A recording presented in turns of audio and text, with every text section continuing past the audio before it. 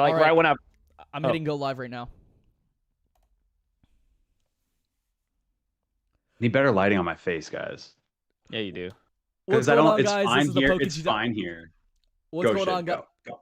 What's going on, guys? This is the PokeG Time podcast. What's going on, guys? This is the PokeG Time podcast, where we bring you the hottest takes on what's going on in the Pokemon community. Tonight, we have a special episode for you guys. We're gonna have a good time. We have my co-host right over here, Yo, Yizzy Pokemon. That's me. and then we have our special guest for tonight, WhatNot Craig from WhatNot. What's up, guys? And We're not Craig. We have a awesome episode tonight. Like, this is all over the place. I said we were gonna hit live tonight, and we hit live, and Craig and Yizzy were just having a full blown conversation in the process. But I hope everyone tonight is having a good time. How's your weekend been? Did you guys have a good weekend? Yeah. Yeah, you want to hear a crazy story? Okay, this is probably so for all the kids, close your ears right now. I play in a soccer league, right? I suck, you know what I'm saying? But this guy, he was calling me a lot of bad names, and then he said, I don't want to say the word, just because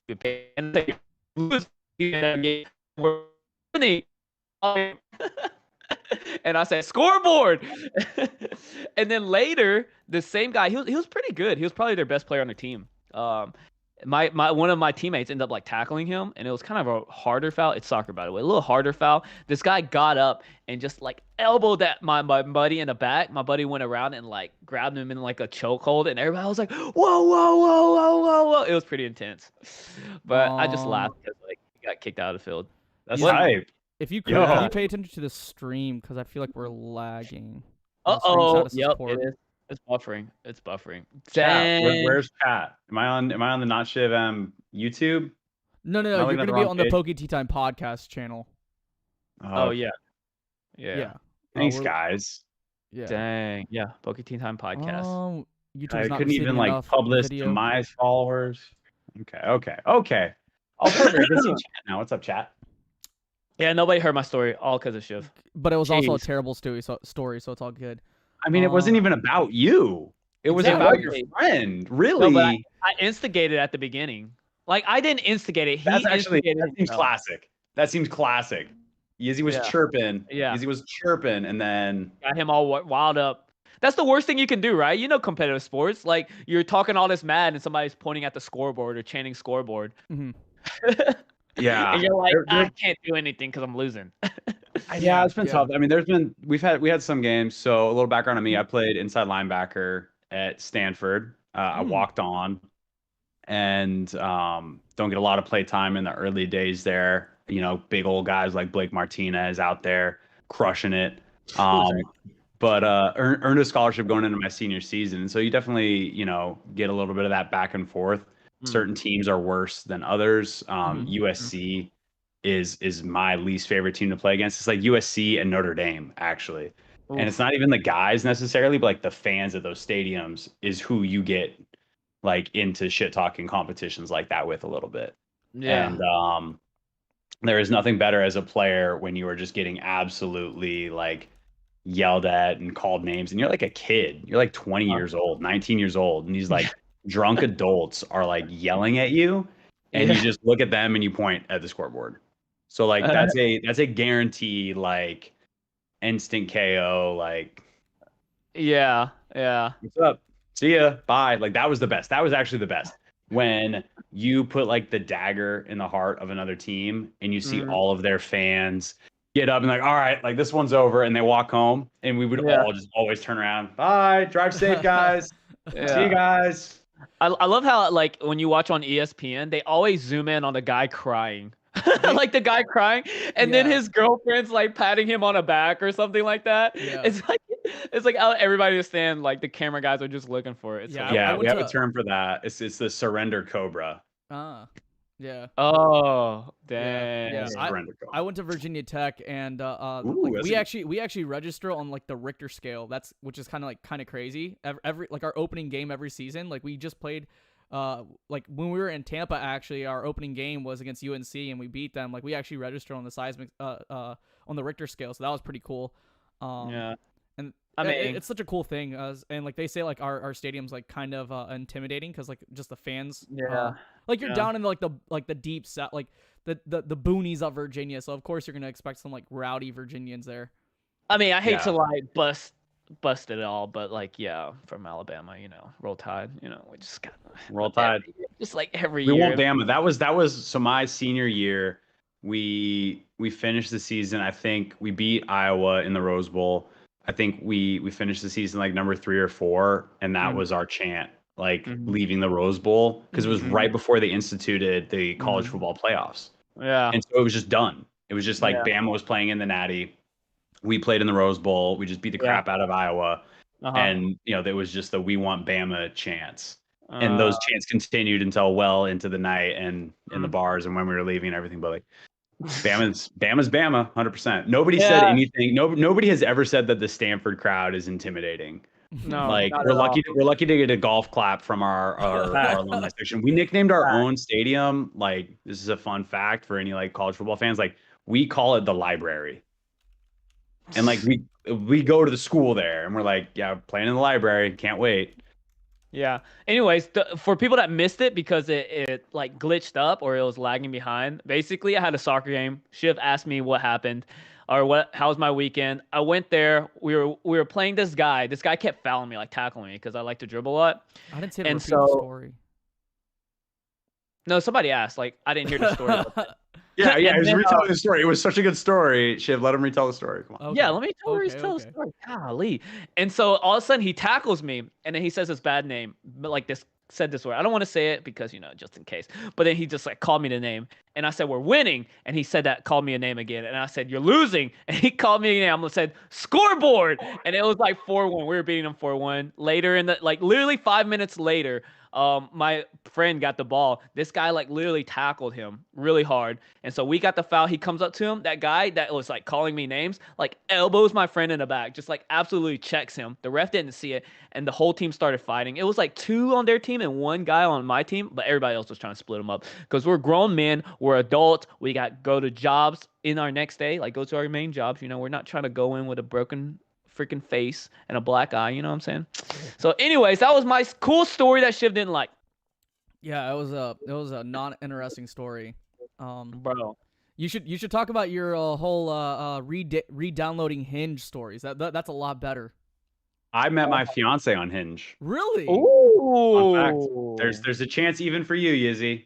Especially for you. In fact, especially for you. Wait, I don't know where this is going. What do you mean? I need to hear the context. I mean, look, Shiv just said you re-downloaded, which tells me that the first pass you didn't meet with success. Undownloaded it because you're like, you know what, I can do better. I don't need this anymore. And then it was like, you know what, like I'm gonna get back on the algorithm grind. And now we're here today, bro. Put me on. I'm just gonna say, my fiance it worked. Okay. I'll take that. That's a good excuse. I was thinking something else, but like usually, like, boom, freaking pull a 180. I mean, was I way off? Was I way off on like a series of events there necessarily? It's more like I found someone on Hinge. We dated for like 5 months. She didn't like Pokemon. She actually got me this shirt, but she didn't like Pokemon. And then like I broke up. It's a sick shirt. Yeah, it is pretty sick. She got me like the day I broke up with her, and I was like, man, I feel bad. She does support me, but she really didn't. So whatever. Anyways, then I was like, man, people suck on Hinge, so I deleted it, and I literally re-downloaded it like last week. Okay. It's been in February, and then I had rough. My assessment was roughly correct, but you did find success, but not long-term success. And you know what? When we fall off the horse, we get back on it. Yeah, Yizzy. Yeah. No, take that horse to the Old Town Road. No, it's funny because like we both like when he said he re-downloaded Hinge, I was like, I'm gonna go ahead and re-download it too, and I was like, okay, let's just see what our experience is within that time frame. So like literally the first chick that I met, like the first chick I saw, I matched up with, and I sent it over to Yizzy, and it was like, okay, like she like right off the bat she asked me like what's my favorite Pokemon. I'm like, okay, this is actually going pretty good. And I mean I actually spoke to her yesterday. For a while she like left me on red, or like she went MIA for a while. So it was like that initially, but you know I got it back. I got it back on the roll. So it's going good. It's going good. And I mean I think Yizzy can say without a doubt this chick is attractive. Shiv, bro, Shiv added her like after the first message, found her on Instagram, went to follow her. Like No, she that, told me dude. to. Craig, tell me if that's a no-no. How is that a look, it's a no-no? strong move. It is a strong move. That's what I thought. But hold on, Like, on her bio, it says right away. On her bio, she says, "I'm not on this platform a lot, so if you want to ask me out, add me on IG." So I said, "Okay, cool." Classic. Okay, that's an open invite. Okay. That's an open invite. Like if you have that on your he didn't bio, tell I'm me gonna that add part. you. He didn't tell me that part. That's an open invite. You It is never though a asked. little bit like, yo, it's like, are you just here to gain Instagram followers? Like, are you even really trying to look for a relationship though? So I'm just gonna say, be careful about that. I don't know. No, Okay, I think let me ask you this: did she respond to you on Hinge or Instagram? both. Ooh. Okay. Okay. Yeah, Okay. I mean, I always get the fresh fits. Okay, I mean, it's always gonna happen. Yeah. But He does. no, I did it just for fun. I don't want to find honestly, I don't want to find anyone on Cat. Hinge. I rather have someone that's like has like accountability or like can back up this person because that last one's kind of rough. Oh, But so like I- a friend I- of a like a friend of a friend. Yeah. I mean, I messed up with like when I re-downloaded, I think I had like 40 people to go through. It's not that many, not like all the women out there. They get like what 40 I a told you to get day. on Bumble. I told you to get on Bumble. Nah, I don't know. But anyways, that's our little Hingy stories. I don't know why Shiv has exposed me. I don't Again, because you always expose me every single week. met my fiance on Hinge. Again, just saying. I'm just still, gonna that's put it pretty out there. cool. That's pretty cool. I think we can close that. We can close that book, but you know, it's not for everyone. But Yeah. there are the success stories out there. Did you try Bumble? Yeah, I was on Bumble. I was on Hinge. Tinder, man. I mean, we all know what Tinder's for, really, at this Yeah. point. Yeah. You know what I'm saying? And this was, look, and also, like, again, this was like 4 years ago. Uh-huh. So, Okay. I mean, we've been together for 4 years, so I don't know what the game is like today. Nothing's but changed. time- It's about the same. Nothing's changed. Okay, cool. So, at the time, and sounds like still today, you know what Tinder was for. Yeah. But yeah, so I was on Hinge and Bumble. What I liked about Hinge, and then we can close this part of tonight's show, timestamp it, boom.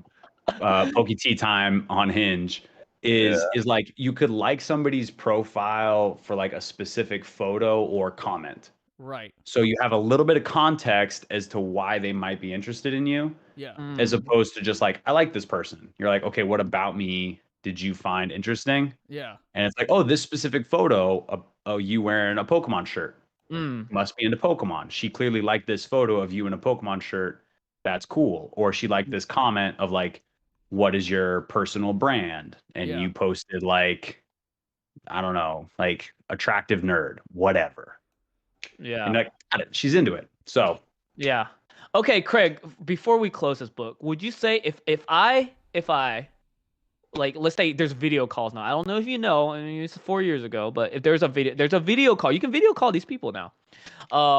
Would it be a bold move to be like talking to them for 10 minutes, okay? And you're just like, "Yo, let me show you my Pokemon collection." Like just 10 minutes in the conversation. And I'm just like, "Boom, check this out. That's really forward. Check out my Charizard." Is that a good move or not? with zero context, not even talking about Pokemon, you're like talking about like, hey, so what were you doing this weekend? She's telling you the story about this like soccer game that she was at, and somebody was talking shit, and then you were like, oh, that's really cool. Yeah. Well, like, boom. No. Like I'm Would you weave it in? Smooth with it. Yeah. You would intentionally weave it in. Yeah. Like talk about stuff. It's like, oh I yeah, think that's important. Look, at the end of the day, you can't waste your time, and you certainly shouldn't want to waste their time. You need to be very upfront with like, that's awesome. Well, yeah, no, I would love to, something that I am really personally and professionally very passionate about is trading cards, Pokemon. I don't know if like literally saying the words like would love to show you my Pokemon collection is like the right way to go about that. I would maybe like bring it up and then see her reaction to that. And then if she's like, oh my God, that's so crazy. Like, what do you exactly collect? Then you have the pass to be like, okay, well, here it is. Yeah. I wouldn't present that information up front and be like, hey, do you want to see my collection? Because that just like, I don't know. That's my take. Okay. Yeah, you're being mature with it. Like, what if I was just like live, right? And I'm like, right, like my Pokemon background's in the back. She's like, what is that? I'm like, what are you talking about? I don't see it. I don't see it. I mean, it's not like you're recording for a YouTube video. Maybe. I mean, if she asked, then I think at that point it's like pertinent information. So it's like, and I think you should talk about it and take the call from there in your background. Hey, what's that in your background? Yeah. Oh, well, that's my Pokemon collection. very passionate about it. I love it. Oh, it's nothing. As a Don't worry kid, about it. yeah, you know what I mean? Like I can't take a video call with Shiv and not ask like, wait, what's that console in the background? Yeah. Yeah. And she should ask about that if she's interested in you, and then you should talk to her about it. It's like the last time I went on live with you guys, and Jessica Blevins was like, "Hey, what's that machine in the background?" Exactly. Yeah. But you're not gonna like come on the live and be like, hey, do you guys want to see this machine? I should have. Then I'm like, what? No. The What? machine. Yeah, put it away, Shiv. Jeez, there might be children here. Oh. But we're gonna go ahead and move over towards our main conversation for this evening. And I think it's pretty juicy information. You know, Yizzy sent this over to me, like a couple of days ago, and you know, I gave it a read, and it's like there's a lot of interesting things going on at WhatNot. So, for a lot of our audience members here, could you tell our audience what do you specifically do at WhatNot and what WhatNot is? Sure. So I'll start with what WhatNot is. WhatNot is a live marketplace. You're able to go live and sell directly to your audience, whether it's Pokemon cards, sports cards, Funko Pops, and recently, you know, as we continue to grow as a company and expand into new categories, things like collectible toys, Hot Wheels cars, sneakers, vintage clothing, and you know, soon to be many, many more categories. We're, you know, one of the, if not the fastest growing marketplaces in the US. You know, the guys are referencing a recent round of funding that we just completed. WhatNot's a private company, and we're a startup. And so the way that a lot of startups and private companies work is they get funded by venture capital.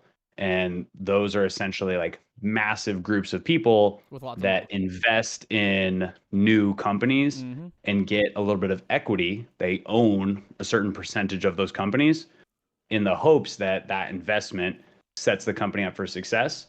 And down the line, that company becomes incredibly successful. So examples of companies that started as startups and were backed by venture capital are Lyft, Uber, Airbnb, and several others. Those are the kind of the first three that come to my mind. Yeah. And so, you know, we recently closed our Series C round of funding. Funding kind of just goes alphabetically, A, B, C, D. They should get bigger as your funding rounds go. And WhatNot just closed a Series C round of funding. We raised $150 million in cash. And the current valuation of WhatNot at the time of the fundraising was $1.5 billion as a company. That's crazy. So really, really exciting. What I do at WhatNot, I work and oversee our TCG category. So that's trading card games. And my focus in particular has been launching us and building new communities and building out new categories of games on WhatNot. And so that's taking established 20 plus year old games like Yu-Gi-Oh, but building out that Yu-Gi-Oh community on the platform, creating a healthy ecosystem of buyers and sellers, and then, you know, keeping my hand on the pulse of the TCG community at large and moving quickly to grow and establish us in games like MetaZoo, but also still, you know, Pokemon is kind of the first category that we really expanded into from a collectible standpoint outside of Funko Pops, which was what the company was initially founded to really be a marketplace for. And so I still, on a day-to-day, manage and help grow and put on events, from the 100 Thieves Shadowless Box Break at their Cash App compound to you know, coordinating with some of our big breakers like Blake Martinez, who just happens to coincidentally be a personal friend of mine, and you know, continue to help grow Pokemon on the platform as well. So super exciting. Yeah, that's. Oh, go ahead, Yuzi. No, so like you're like essentially the community manager, or like what would be like the exact title? I mean, in a startup, you do so many different roles that like a job title is like pretty irrelevant. You know, I think my like official job title would be like a senior emerging categories manager. Okay. That emerging means emerging on WhatNot. And so again, initially brought on to help grow and expand us into new categories onto the platform like Yu-Gi-Oh. We can use Magic, The Gathering, MetaZoo, and others. But just naturally, like as company resources need to be allocated elsewhere, you know, I've naturally kind of come to also oversee Pokemon, which is certainly not an emerging category on the platform. You know, I manage our WhatNot cards Instagram. I'm not a social media marketing manager, but I do that. I also do a lot of what you would call like business development conversations and opportunities. And these are conversations between WhatNot and brands or organizations that are not just individual people that want to come and sell on the platform. And so, I mean, I can't name exactly who those are, but that's kind of more of like a business to business relationship. Yeah. Right. And then all the while, it's also like identifying and working and finding influencers or big sellers, selling them on the value prop of WhatNot, convincing them that this is a good investment for their business and their brand, onboarding them to the platform, and then helping their continued success. So the kind of first major influencer that I brought to WhatNot was Simply Unlucky. Simply Unlucky is the biggest YouTuber in the Yu-Gi-Oh scene. He has over 600,000 subscribers on his YouTube channel. He actually owns and runs a physical card shop as well. And so, you know, that kind of perfect combination of like, you know, I have all the supply because I own a card shop. It's one of the biggest card shops on the West Coast. Right. And I'm a YouTuber. I have 600,000 subscribers. Is actually like pretty well made for WhatNot.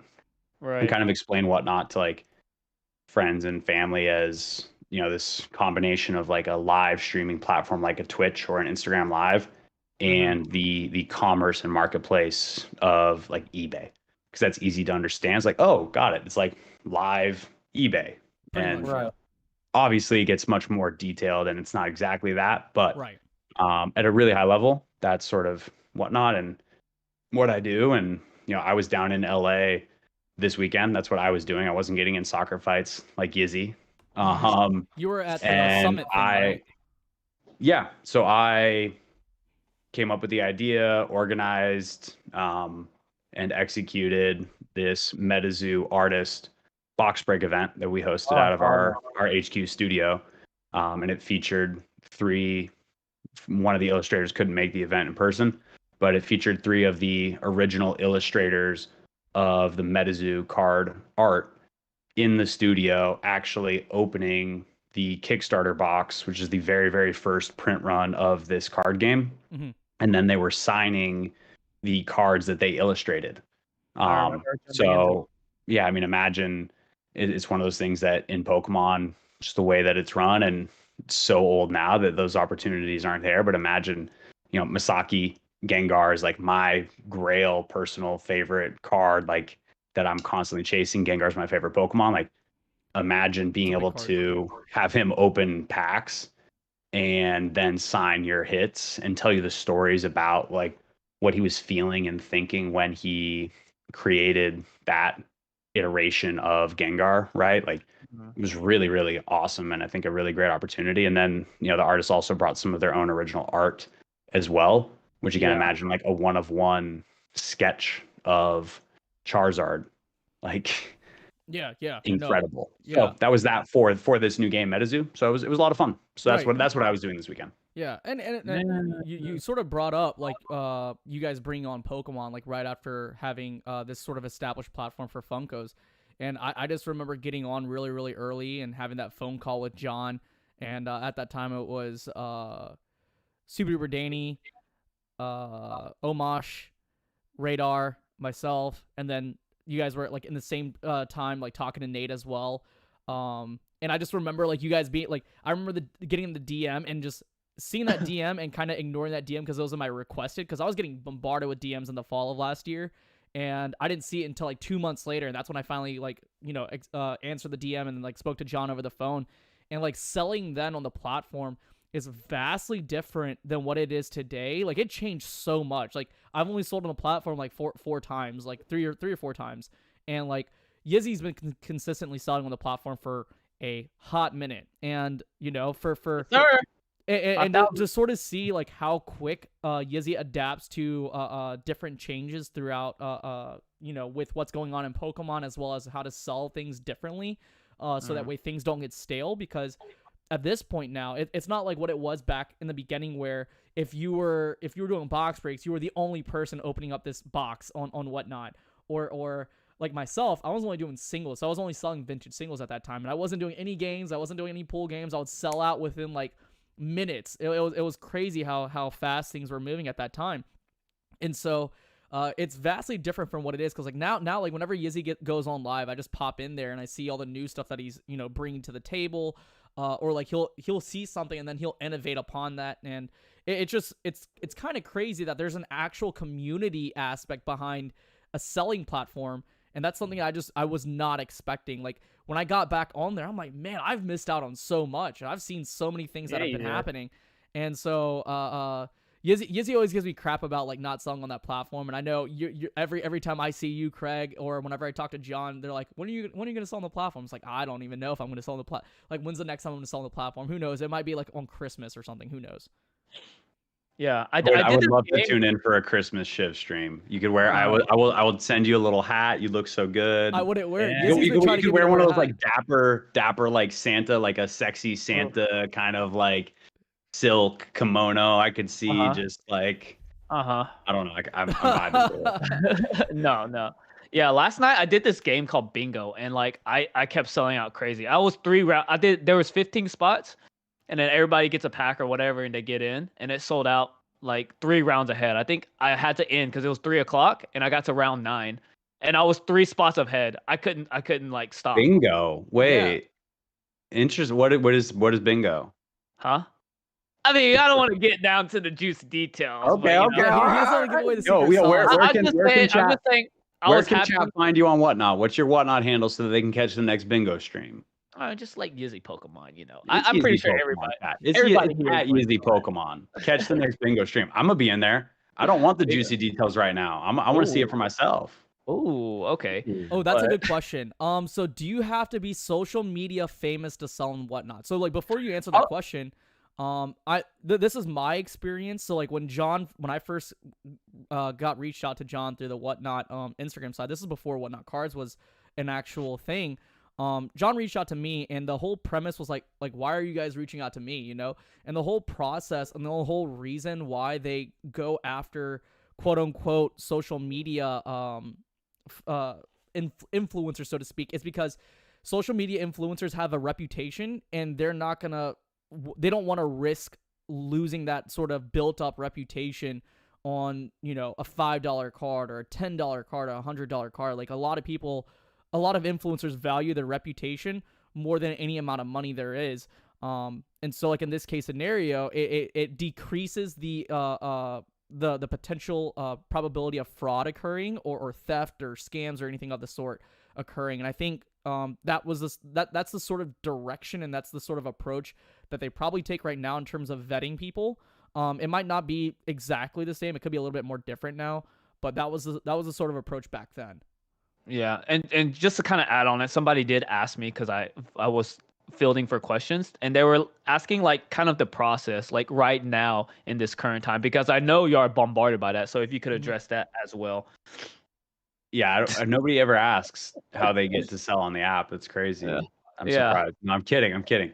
Yeah. Look, I think the needs of the business and where the community is, and I want to touch a little bit on that first, Shiv. Like, definitely. That's what attracted me to WhatNot, right? Like the community element of something is so much more powerful, right? Like, why would I buy this card from Shiv? Why would I pay?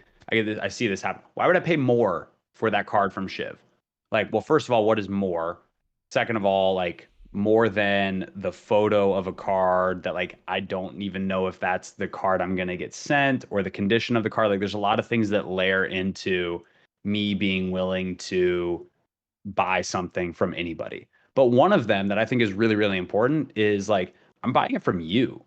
Like I'm not just buying it from some username on TCG Player, eBay, Mercari, whatever. There's like I now have an emotion connected to this card that's in my collection. I bought it from somebody, and I think that's really, really powerful.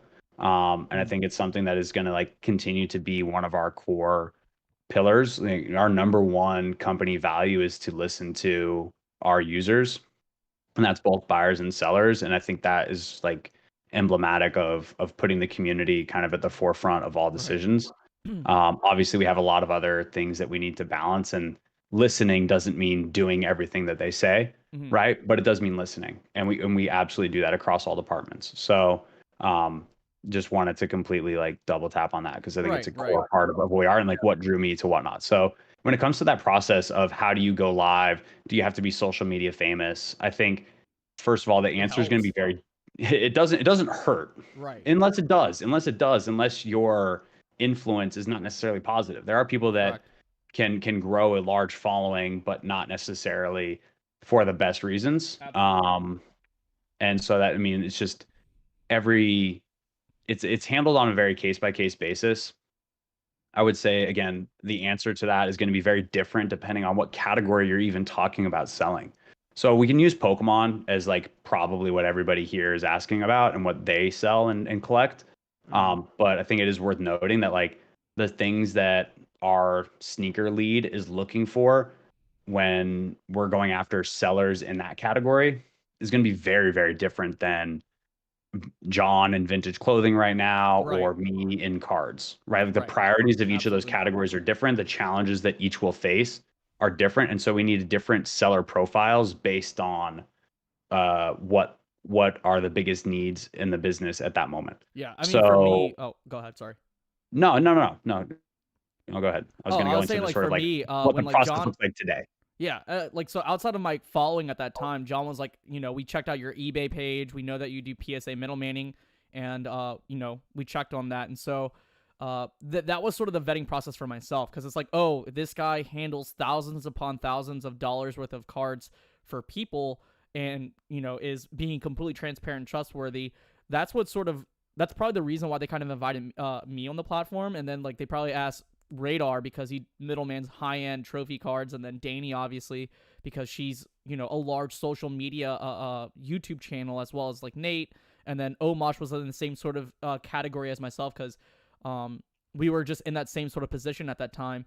And I think my next question is I think there's a lot of people out there that kind of want to know what that process is for becoming verified. Is there a process? Because like I remember like back when I was when I first got on that platform and you guys started introducing the blue check mark, which was like a pretty big thing. I remember John Radar getting it first, and then like Omosh, all he had to do was literally ask, hey, like Omosh, all he did was just like jokingly ask John if he could have a blue check mark, and he was like, yeah, sure. So then he got it so like I'm sure that process is vastly different from then till now. What is the process now for a lot of the people out there? Because I know there are people out there that want to know how to be able to get that step up, because there is that level of like if you have influence outside of the actual selling aspect on Whatnot, and you have that outside of the platform itself, what leads to actually being able to get that blue check mark on that platform, like my friend Yizzy here. hashtag verify Yizzy, hashtag verify Snee, verify Hollows, verify Mintley, verify. It would be very funny if I were to wake up tomorrow and just see a blue check mark next to my name, and people would be like so upset. It's like, this guy doesn't even sell on Whatnot. Yeah. So I believe you. I'll talk about getting verified in that process, and then I'll talk about like how to even get on Whatnot in the first place, and what the current process looks like. Again, specifically for TCG, it changes day by day. I'm assuming it changes. It changes as we are constantly assessing the business, and I'm assuming it's like a case by case sort of situation. And how you guys look at that as well, still. Yeah, and really it depends mostly on the category again that you're even applying within. And I can only truly like hands-on keyboard, like decision-making power speak to TCG. So I don't want anything I take to be construed as like, oh, like Craig said this, but it's like, yeah, but you want to go sell designer handbags. Right? Like it's very category specific. Right. Absolutely. So first in terms of getting verified, I think the one thing that I'll say there is, every platform has different levels of formal qualifications in order to qualify for being verified, all with a certain level of subjective criteria of, up to platform discretion. Yeah, TikTok's like the same way. Yeah, and I think because we currently are manually approving, vetting, and managing to a certain extent most, if not all, sellers on the platform, common things that occur like impersonation, or I don't know if this person like should be selling or if they're trustworthy. We kind of, because of the process of you can't just go live just on your own and sell to somebody, already kind of proactively get ahead. And it looks like we lost Izzy, but I'm sure he'll be back. Yeah, it happens. It always happens at this time. He's still here with us. Izzy. Cool. That just means hit the 30-minute mark. That's all. You're good. And so I think that's just like one thing, like verification, like really at its core gives people that don't necessarily trust you, but trust the platform, confidence that like, hey, you know what? Like this person probably is who they say they are, and they're probably trustworthy to a certain extent. Otherwise, there's really no purpose for it. Right. And we know like from a performance standpoint that having a check next to your name, like, doesn't drastically improve your performance on the platform, whether it's follower growth or sales growth or number of viewers in your live show. Right. And so that's all to say, like, right now we're working on some of those like core qualifying factors of like, hey, like, what do I need to do to even qualify to have this conversation? Right. And look, 6 months ago, it sounds like it was a conversation with like, hey, John, like, get me verified. Yeah, no, it was that simple. I mean, I don't That's have not one because I never asked. That's not a qualification. That's not transparent. And that doesn't apply to dozens of categories and hundreds and thousands of sellers. And so as we grow and scale as a company, some of these processes need to be put in place that apply to every single category. And that takes longer than it used to, because it used to just be like, sure, I gotcha. And now it's like the ripple effects of, like you said, like you wake up tomorrow with a blue check mark on your profile. Yeah. Like not only are you now upsetting the like 6 or 7 or 8 sellers within Pokemon, but it's like Pokemon, Funko, designer toys, Yu-Gi-Oh, like the massive, kind of outcome of that is just a little bit different as we scale. So we're working on qualifications. Right now, there are no formal qualifications really. I know our FAQ says, robust sales history, trusted, but it's very vague, and we're going to continue to have some level of discretion over it. Yeah. So just as people grow, as we see or get reports of impersonation on the platform, we will take those things into consideration. I mean, you'll know that in chat there still isn't even a verified badge next to your name in your chat. It's really only visible on your profile. So again, like we're keeping a strong hand on it. And I know this is kind of like a long-winded way of saying like we're working on it. Yeah. But it's because we are, and it's one of those things that the reason that it takes longer than I would want it to is like we need to put in a policy that like is able to cover all these categories. And going back to the funding, like we could have been talking 3 months ago about the Series B round of funding that we closed and raised $50 million. Like this one's 3x. the growth of the company and the trajectory is just so massive that it's a challenge to put some of these policies in place that can scale as we scale as a company. So that's one where it's kind of like we're working on it. And until then, everything is going to be handled on a case by case basis. And it's also going to be handled very differently from category to category. Right. And as well, because what's needed in sports cards or Funko or, Pokemon or sneakers is going to be different than what is currently going to be the case in a certain category. Absolutely. And I think, like back then, it like when Radar, all these people were first getting like the very first initial people that were selling that platform got blue check marks. It didn't mean anything at that time, right? It's like, okay, there wasn't that many sellers on that platform, and there really wasn't. It didn't hold that much significance. But like, if you fast forward today, a blue check mark has slightly more significance. It's like, okay, maybe this guy's a little bit more trustworthy in that case scenario. Who knows? But I think some people, like, I don't know. There's probably a lot of people out there that do want that blue check mark, not for the moment right now, but for the future, because they know how big WhatNot's going to get, because essentially you guys have sort of cornered the market when it comes to live sales, when it comes to the internet, so to speak. Yeah. And I'll touch like quickly on that to like dead that, like any policy that we put in place and any decision that we make, like will apply to the existing user base first and foremost, right? Like what I envision happening at some point in the future, like when we're ready and we get group buy-in across all the stakeholders, is like a bunch of people wake up with a blue check mark. and there's like an application a process. guide on like, hey, here's how you qualify. Always subject to WhatNot's discretion, but that's like the end state. So Yeah. everybody's work that people are putting in like doesn't go unseen. I totally recognize that it's a badge of I mean, it It's a literally flex. is It's a flex. verification. It's a flex, Yeah. but it is a flex. At the end of the day, it is a flex. Yeah. Like, I mean, to like just be it's super honest, to call it what it is, it's like it's a flex. Because yeah. if it doesn't impact your ability to earn money or grow your audience, then it just makes you feel good, and that's totally also valid. But if you need a pat on the back and me to tell you that, hey, you're crushing it, like DM WhatNot cards, like find me. I'm not hard to find. You know what I mean? Like I sell on WhatNot, 2 to 3 times a week. Omosh, what up? Yeah. Yeah. Yeah, just to You kind can of get you can get interject, that you like, can get that you can get that validation in a lot of different ways while we work on what we do need to do, which is creating a little bit more transparency and process around how to get verified. Right. 100%.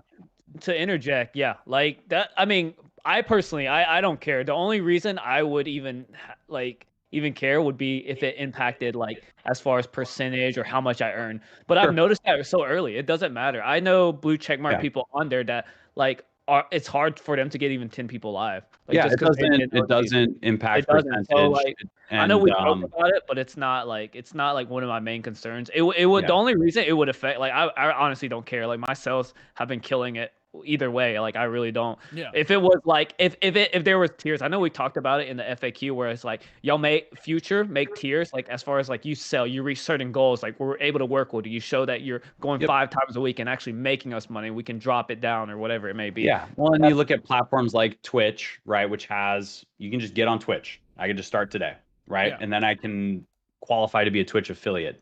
And then I Yeah. can apply to be a Twitch partner.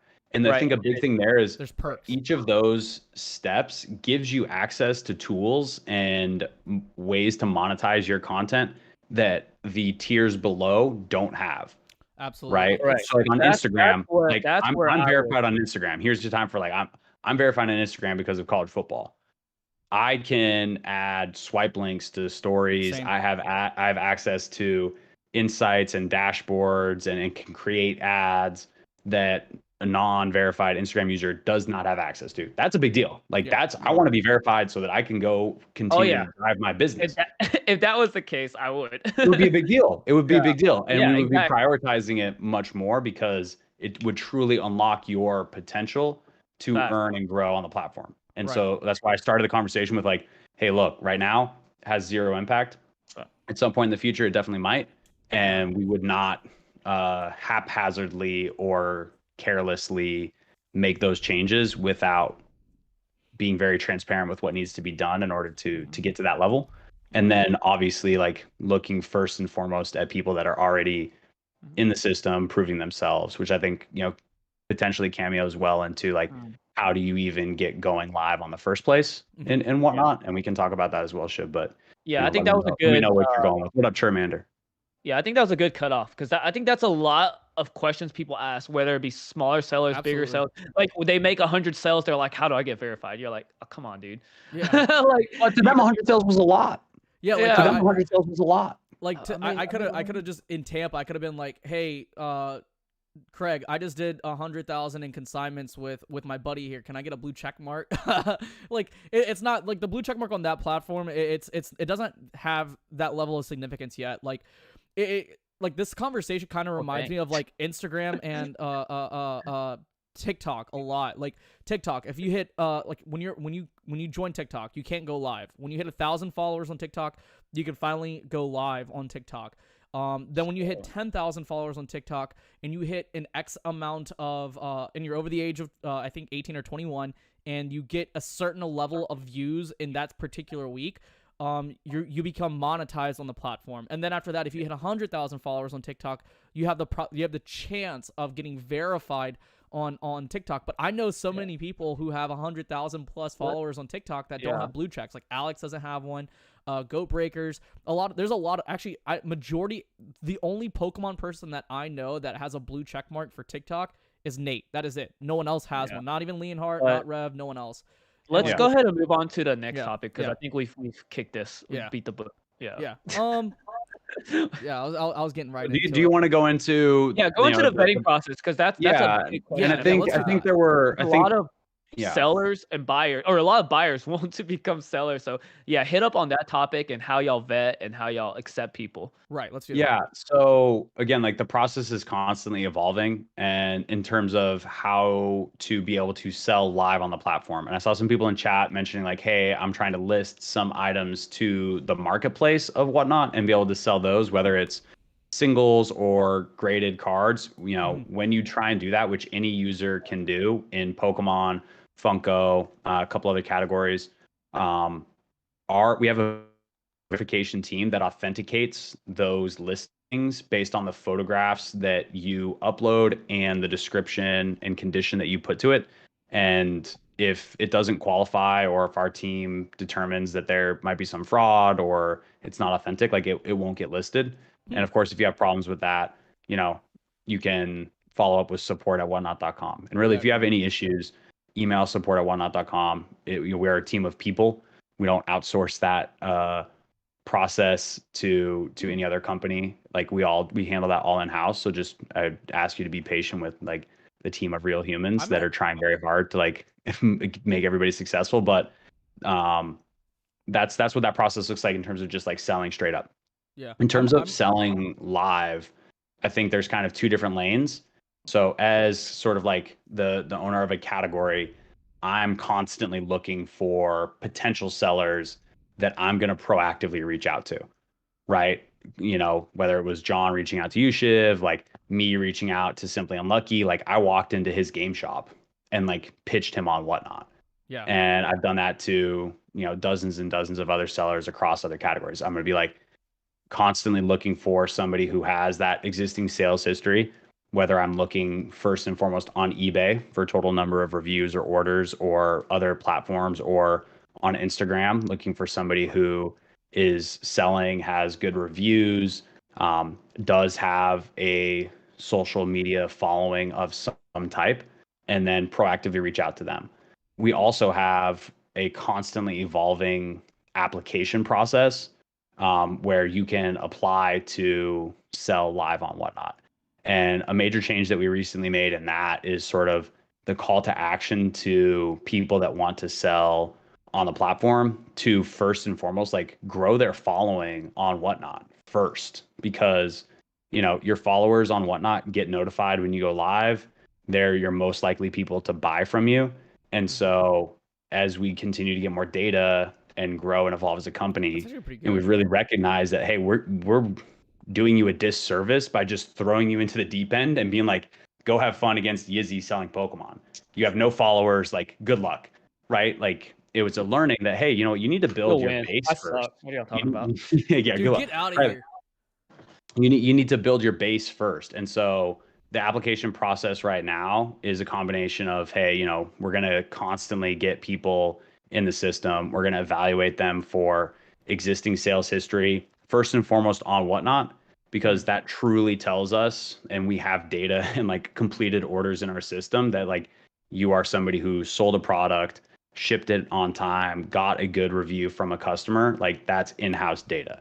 And then we will look on you know, third-party platform data, eBay sales, Mercari sales, TCG player sales, Instagram sales, Facebook groups, and then evaluate that based on the needs of the category at the time, right? Sometimes in a category when it's really, really early, like we just need somebody who is just going to sell a ton of product. At later stages in a category, we might need somebody who, like Shiv, is like going to come on once or twice, but has significant following outside of Whatnot, so that we can try and bring some of their following onto the platform and continue to grow the community, right? So it's definitely a delicate balance between, hey, do we onboard and bring on a ton of sellers versus, hey, do we need to continue to make sure that we have a healthy buyer base? And those things are very, very tightly related. And each team within each category is keeping very, very close tabs on those. And look, like again, it's a human process, and right now like everybody is doing the best that they can. So you know, we do appreciate like people's patience, like as they apply and wait. And I see the DMs like, yo, I've been waiting for 3 months, or what do I need to do? What do I need to do? 8 You have months. to Keep trying, just like in anything in life. Like you didn't get the job that you wanted, like keep trying, apply for a different job, like I mean, continue to grow, and you know, eventually you will be identified or you will shine through, right? absolutely. So basically, I mean, like it's still early, okay. no? Yeah. Like people It's that still very apply early. now, yeah, like you're still ahead of the game, to be honest. Right. If you apply, Because like, look, apply now. anybody that thinks that the end game is not something akin to a Twitch or a YouTube where I can just go live, like doesn't want or understand the true like long-term potential of where we want to be. We want to be better than eBay. We want to be a community of people that can buy and sell anything.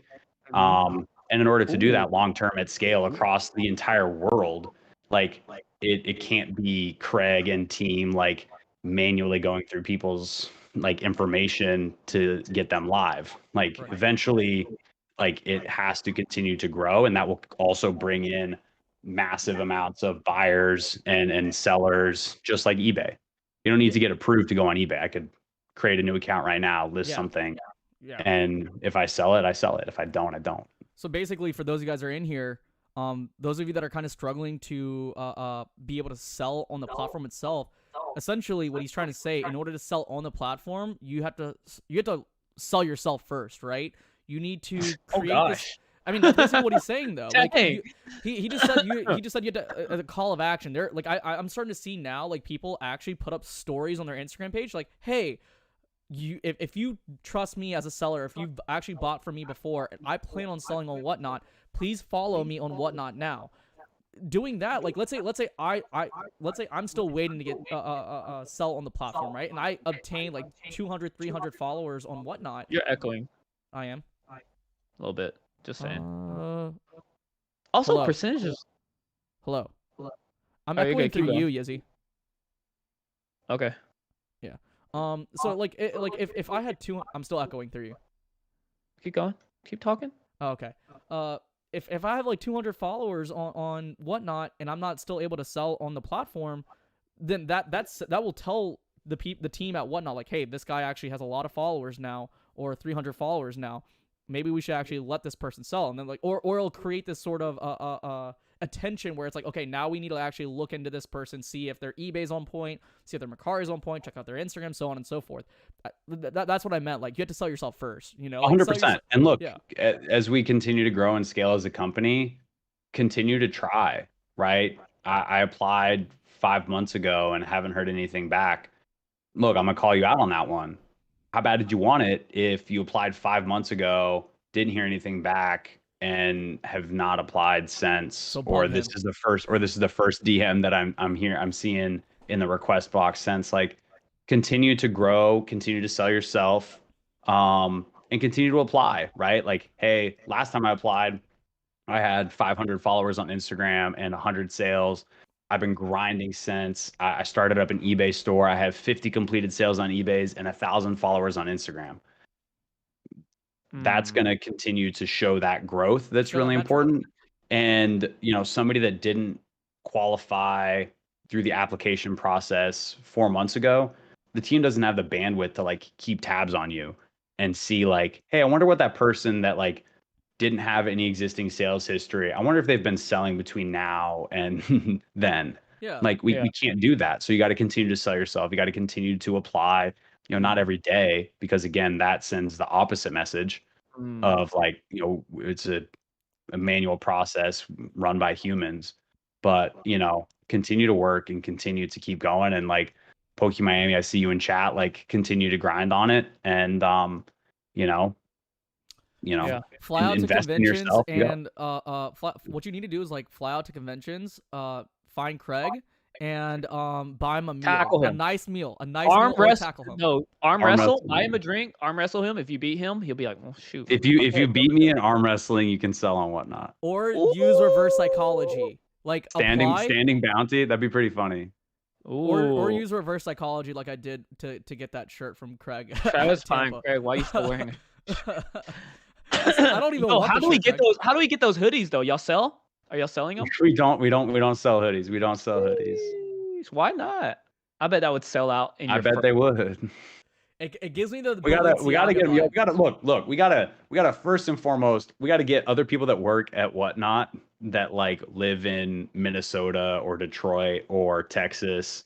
Like we gotta get them some shit first. Wait, Like what? then we gotta get our existing sellers that are on the platform like some consistent level of swag. And then we'll talk about opening a merch store where we actually like make money off of this stuff. You know what I mean? Like I'm not gonna sell you a hoodie just because I got a hoodie, even though I know I could.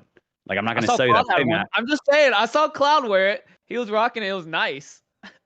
He probably stole it from as I said, it's a human process, and I'm joking. you know, as you go to places where we got stuff, you know, I try and give stuff out. But like, like I live in the Bay Area. I don't live in Los Angeles where our HQ is based off of. That means like I don't have hoodies here, or I would be working to send hoodies out.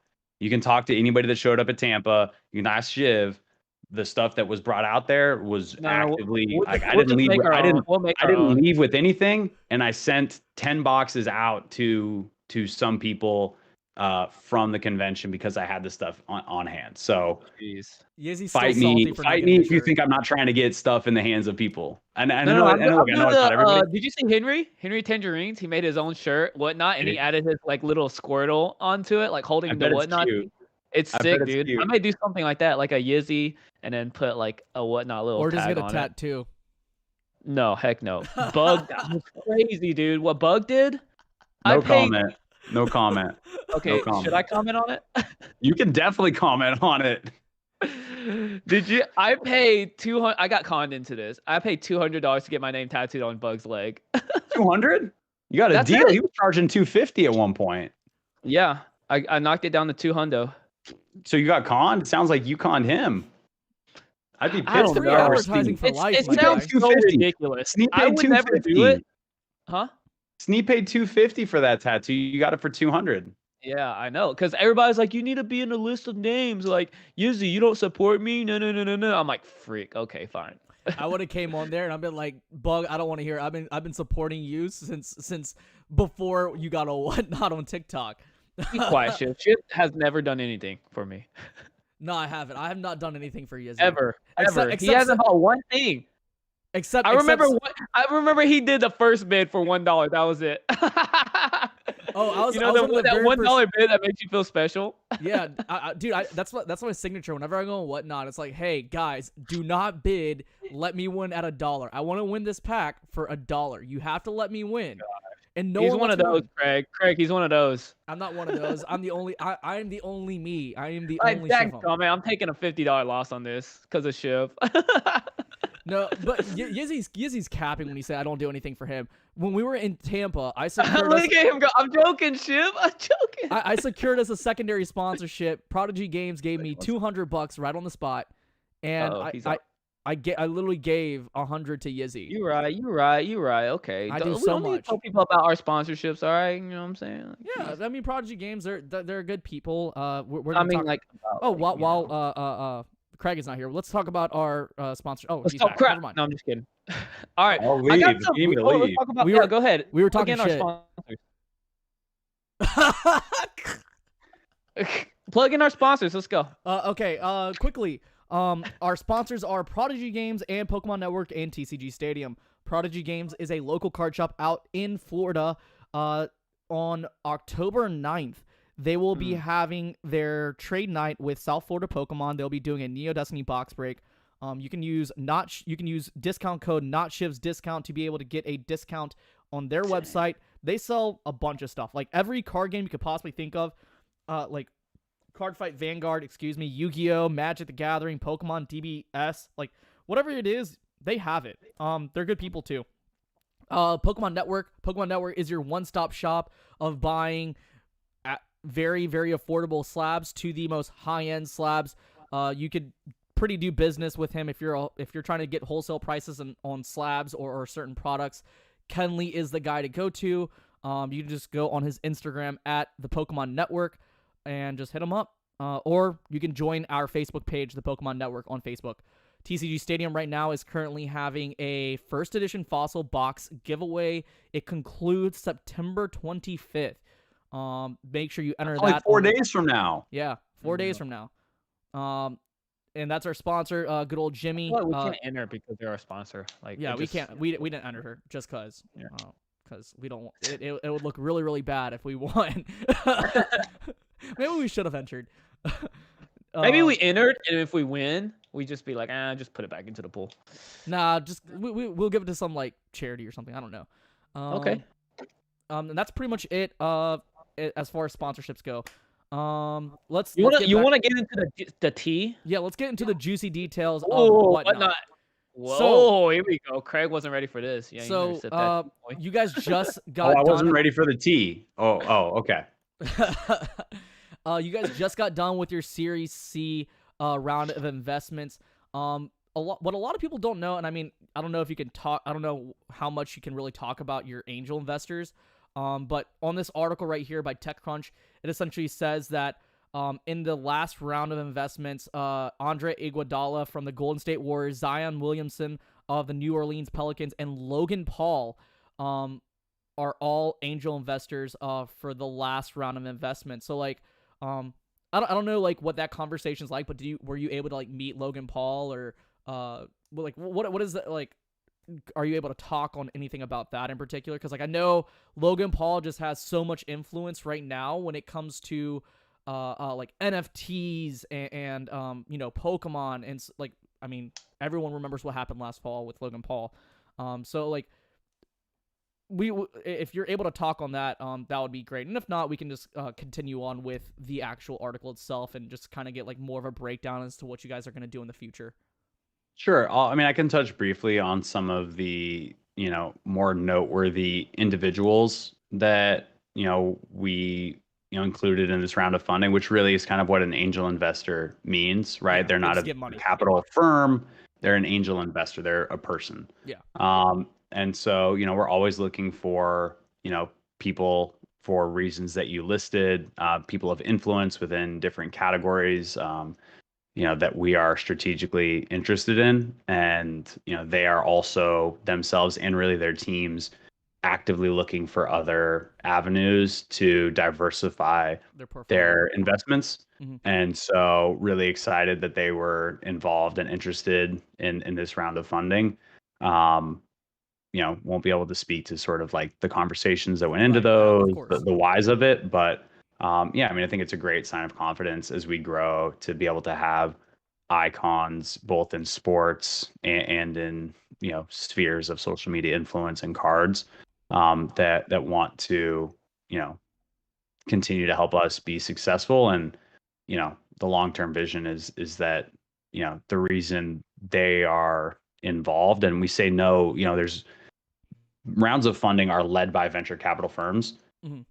We go with certain venture capital firms based on a variety of reasons. They almost all are trying to give us the same amount of money, right? And so a lot of them bring strategic resources, networks, abilities to the table that allow us to go with one over the other. And the same goes for individuals. So it's not necessarily something where we were like, oh, we need more money. Hey, Logan Paul, do you want to give us more money? It's like, hey, like you are a strategic investor and somebody that can help potentially really accelerate this business at a significant pace. Yeah, that's why we went with Andreessen Horowitz. And I think exactly. And I think one thing that's, we might talk about it later, and I don't know how into venture capital and Silicon Valley you are. I worked at a startup prior to WhatNot as well.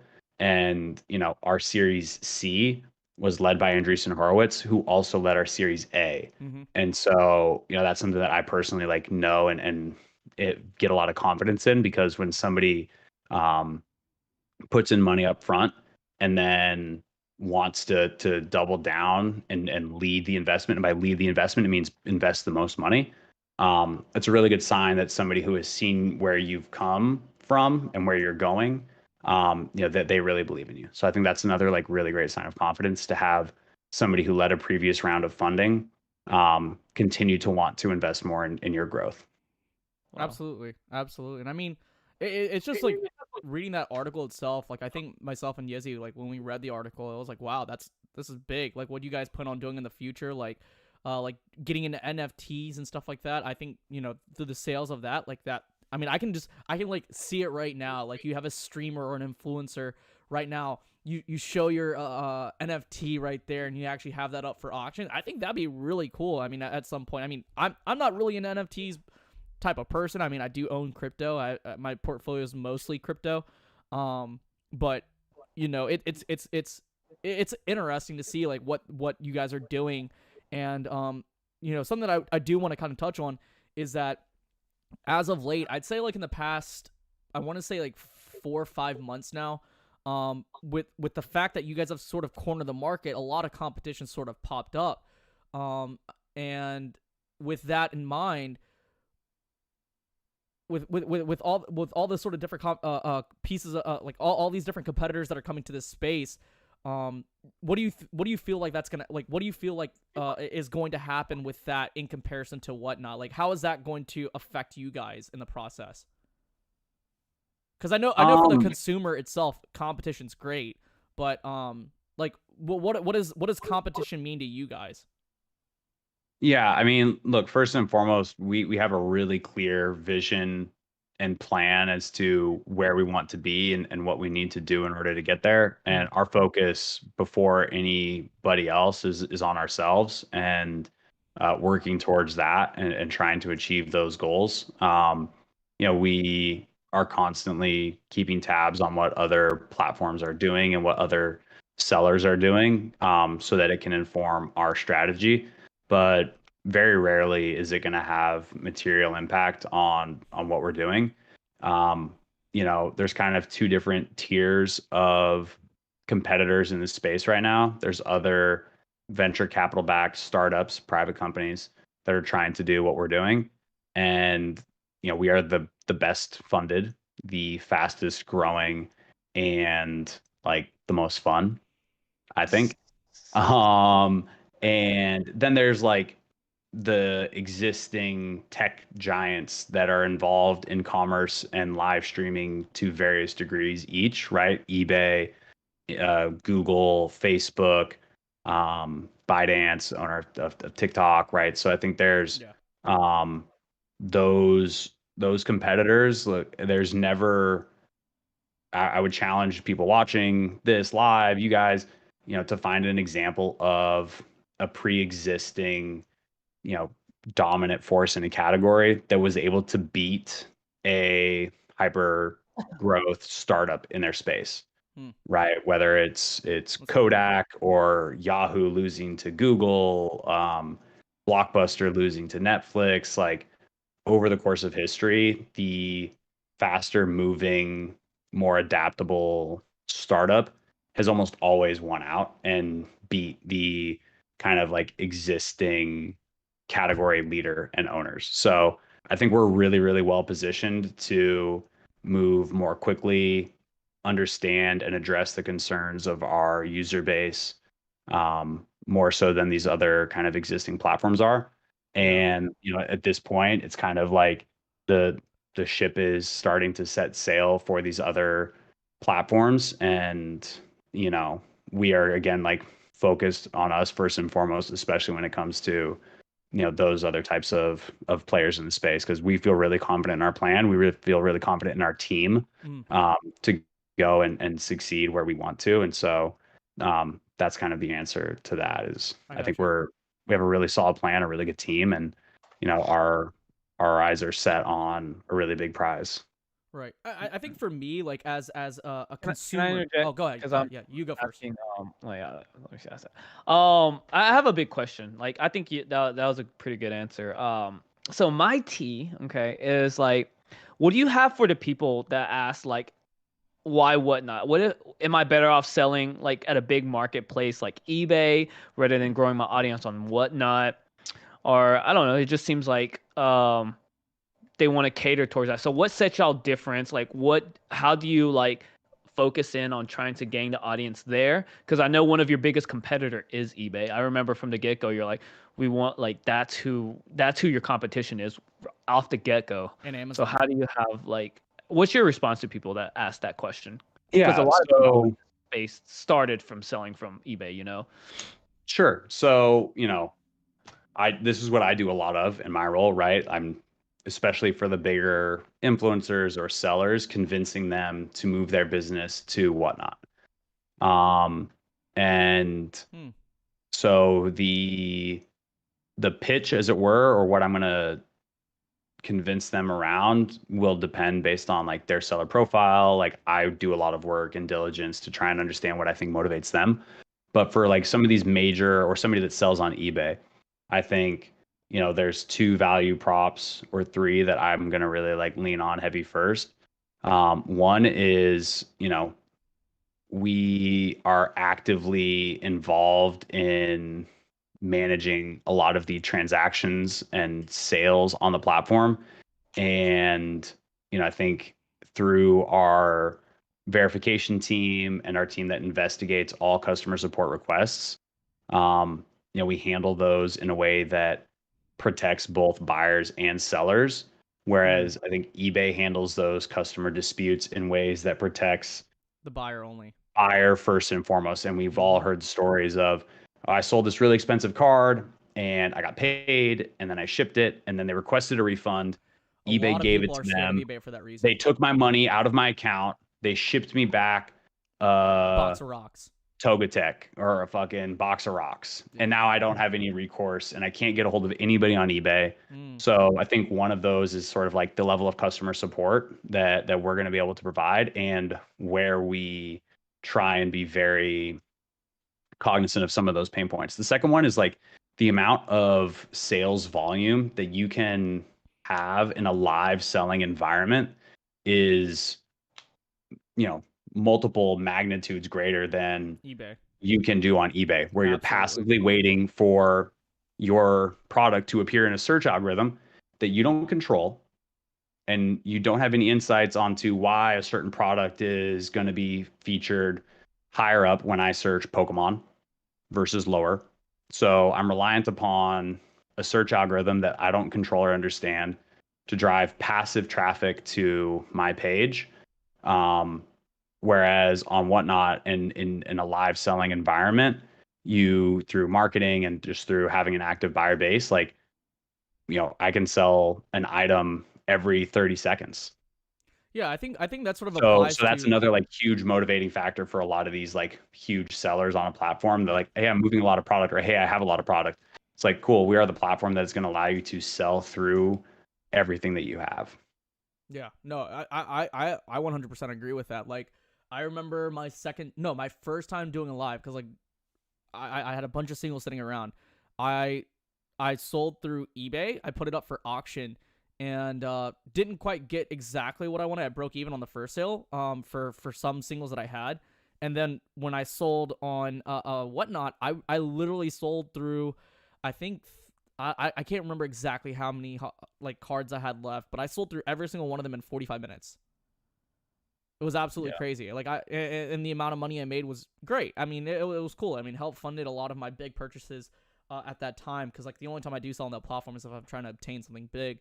But with that in mind, like I do like that because like what you're saying, I do really like that. And my whole big thing with like the whole eBay versus like Whatnot comparison is that like I can actually go on eBay and go down the rabbit hole and find something that's very, very obscure that's been listed, not on auction, and then actually buy it, right? So like if I go on Whatnot, and this is something that you guys are probably working on right now on the listing side of things, because like every seller that I know for the most part is pretty much just selling through the auction-based portion of the actual platform. Listings, I hardly ever do I see majority people who do sell on that platform list something up and it actually sells. And I could be completely wrong about that, but like that's just based off of my perspective.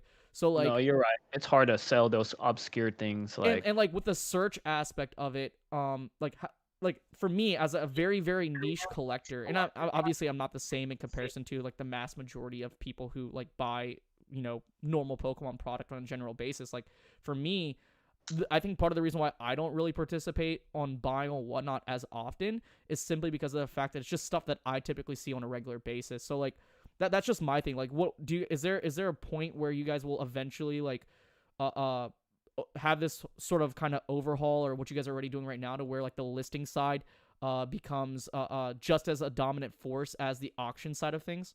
That's a good question. Yeah, I think, working to improve discoverability and working to improve features, like the marketplace, are all going to be things that inevitably we continue to improve. The marketplace, as you kind of called out in some of those like issues, is just not the current focus of the platform. And with limited engineering resources, like, we need to spend time on making improvements that will drive the biggest impact for our sellers. Okay. So a very common one is, we are in the process of rolling out a very major app update that will fundamentally address some pain points, like not being able to load into a show, or not being able to place a bid, right? Like, that fundamentally will drive our business more in the short term than making it easier for you to find a certain card when I search for it. So that's where we need to put our limited resources now. Part of what this fundraising means and what we use it for is hiring more people that work for Whatnot and hiring more engineers to allow us to make those changes. And this change in particular to our app kind of builds a very solid foundation for us to then make those types of improvements on top of it. So think of it as like we are essentially bulldozing the house because the foundation was built on stilts, because we didn't quite anticipate that it would get this crazy this quickly. Right. And we need to, lay it in concrete with steel pillars 20 feet deep, and then we can build a skyscraper with it. Focus on what and we also just know that, like, exactly. And we're not going to be able to beat eBay today by trying to get feature parity with eBay or TCG Player today. We will beat eBay in the long term by going where they cannot. And then, we can very quickly then insert some of those improvements that will make it better for everybody else. Yeah, because I was just thinking, like, oh, go ahead. I think this is a good crunch, like a very important topic Infamous talked about, and I think we could snip out this section because this was a major issue at the beginning. So he asked, will you ever stop the timer reset enabling sniping instead? Shipping its true value versus overpriced auctions and thoughts. That was a big issue on Whatnot prior to Funko Pop. So it was like a minimum sellers, a lot of things went overpriced, and then it settled out through time. And then when Pokemon was brought on, they had very few sellers, so packs were going for $30, $20 when the true value was around for 10, evolutions. $8 to $10. Yeah, I mean you're thinking extreme. I'm talking about the general. Okay, so like anyways, now wise, there's so many sellers right there. There's packs going for $1, $2. I saw this guy go live with Hidden Fates packs, selling them from two to like $1 to $3, $1 to $3. He had to stop. So it's like there's an equal balance when it comes to sellers and buyers, and that's what they've been adapting. They've been adapting. Like I know Infamous used to be a buyer on there, but like nowadays there's not necessarily a lot of like overpriced like packs per se going live. There's a lot of different ways and unique ways of selling where it's more of a interaction base. So they value some of the packs higher when it comes to that, because some sellers are putting in time to formulate whatever it may be. That way it's more of like a game show or whatever it may be, and at the same time giving something of value in that sense. And I I don't know what your response to that is, Craig, but like that's my like. Yeah, no, Shiv. Do you want me to take that one, Shiv? Yeah. So like, I just sort of want to kind of touch on that a little bit. Like where things have sort of settled out, you also have to understand that at times, part of the reason why things might undersell is probably because of how you actually sold it, right? Well, no, delivery, like how you sell something. At the end of the day, Whatnot, eBay, Mercari, all these things, they're essentially tools. And if you can't really sell where you need to, then that's something that you actually have to work on. But like at the same time, these games... He's speaking in terms of like at one point you literally threw a pack up and it was like $25 when it was like an $8 pack. That's what he's talking about. Right. And yeah. So I get, I'll take this because I get this question a lot. Like, like the prices are high or prices are insane, or why are people paying above market price, right? And I think, there's a couple different reasons. I see a future in which like WhatNot is the market price, and it's last sold on WhatNot, not last sold on eBay. Like that's where I am working every day to like build that as the future, right? And I think there's a couple different things. Tiller pointed out a good one in the comments around like, why would I be willing to pay quote unquote more for a pack from Yizzy? And I think there's kind of like fundamentally three things that I tell people in terms of that. One is, and Tiller touched on it, like I trust that this is the product that I'm going to receive because I actually see it on camera.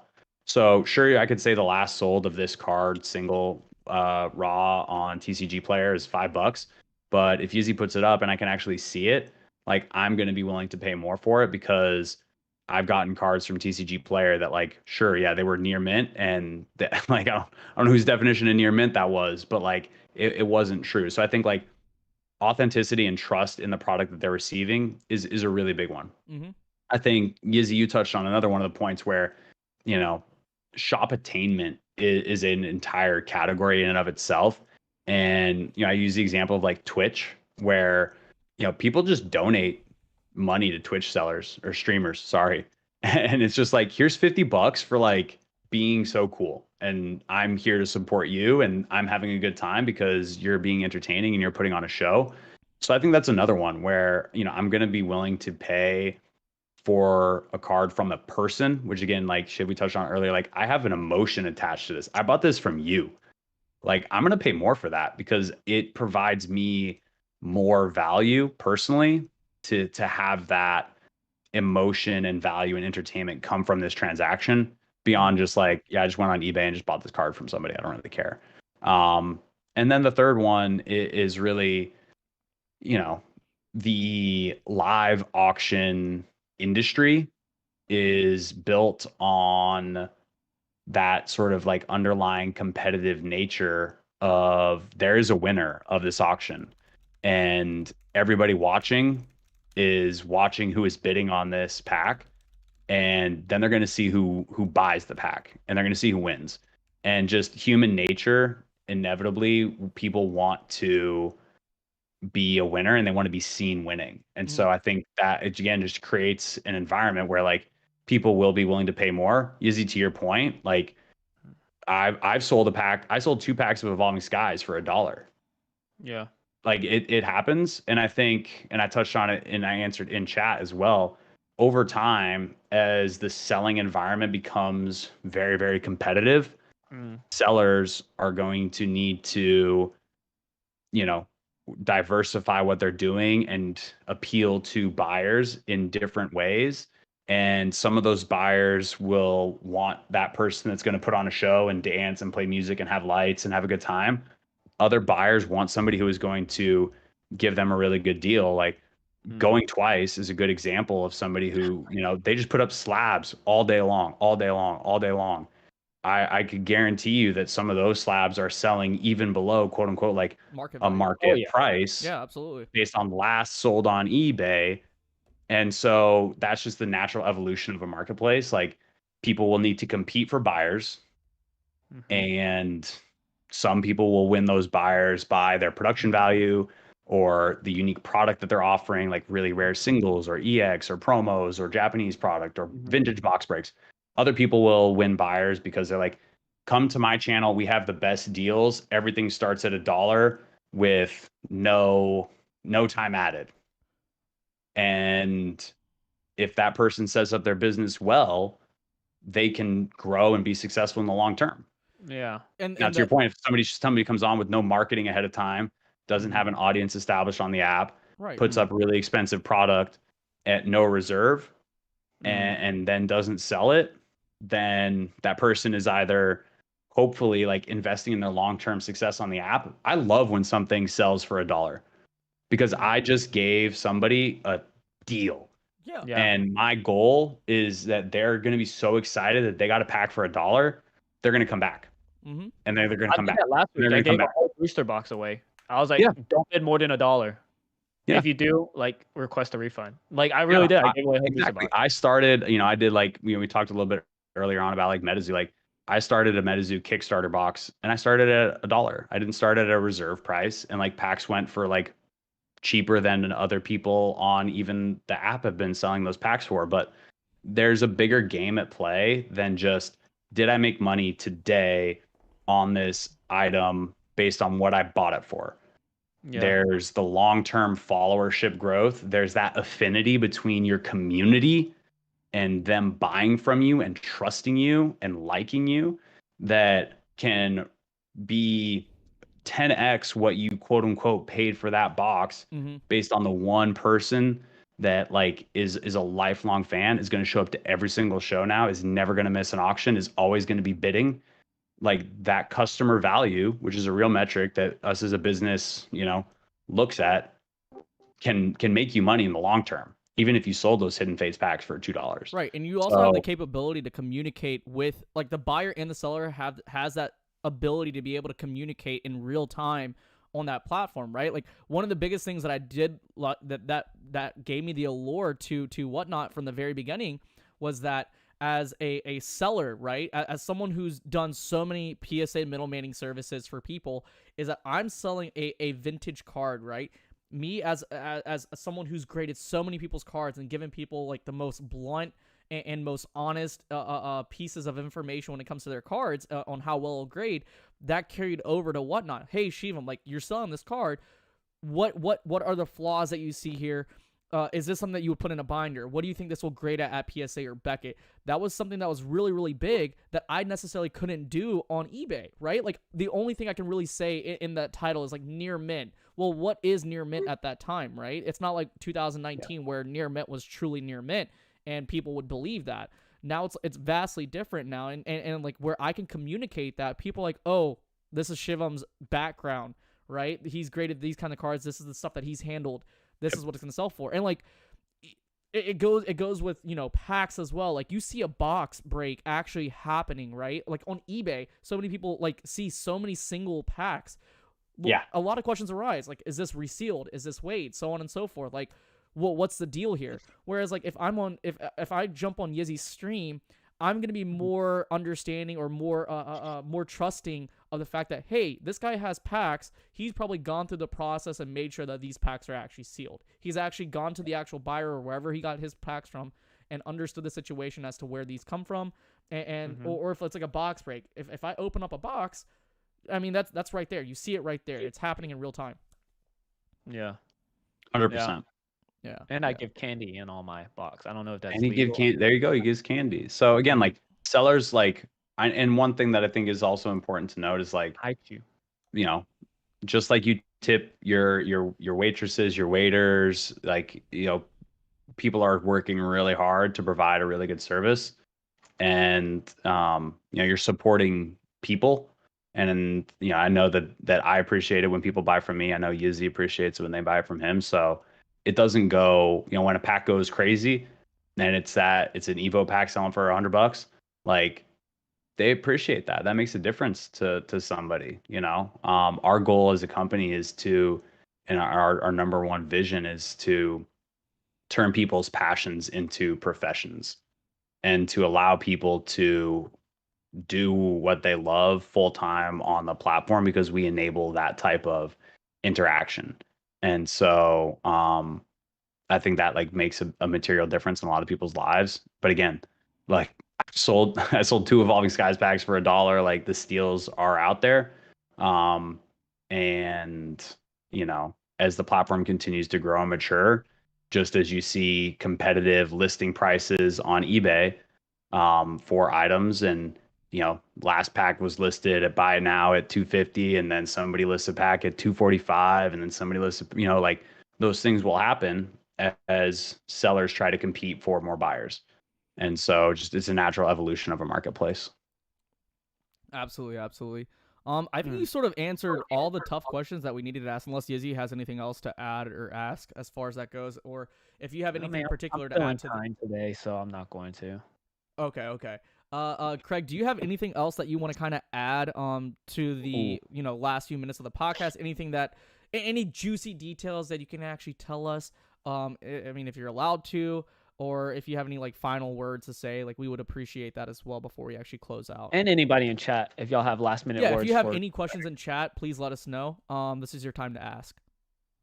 Yeah, I'm gonna keep eyes on Chris Wills and see if he comes up with anything. But I think I touched on it a little bit, and I think it was a little bit of an early like sneak peek in terms of this fundamental app change that we're making. Is gonna fundamentally address some of the core just functionality of the app, and hopefully make very meaningful improvements into the day-to-day usage of it.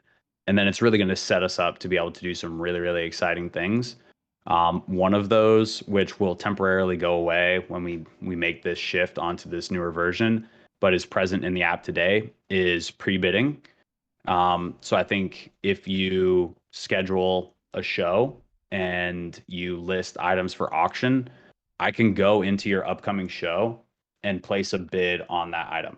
And when you go to start that item, if it is below my starting price, say you go to start that item and you start it at $1 and I pre-bid $10, that item now will start up for auction for $10 and I'm the winning bidder at the moment.